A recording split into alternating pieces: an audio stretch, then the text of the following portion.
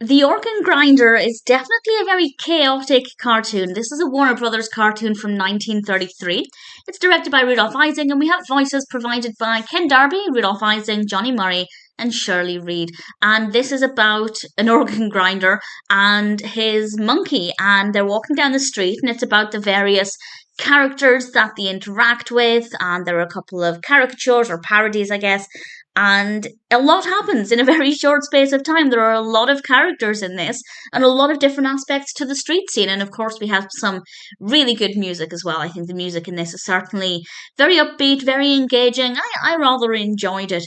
And the design of the organ grinder and the monkey are absolutely fine, no problems there. The designs of the other characters are okay as well. But for me, I think the backdrops and the attention to detail in the scenery is definitely what appealed to me most, and I really enjoyed it. Sometimes with Warner Brothers cartoons, they can be very busy, but it's like they're trying too hard and they throw too much at it, and there's too much to look at, and it just doesn't feel pleasant. But with this one, I think they managed to get it perfectly, where there is a lot going on and there are a lot of characters, but either there are a lot of characters in the foreground with quite a simple background, or we only have one or two characters in the foreground with really detailed backdrops.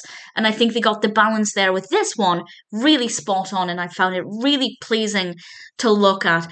Normally, I do like cartoons with a more strict narrative structure with a very clear beginning, middle, and end. That's just personally what I look for in stories.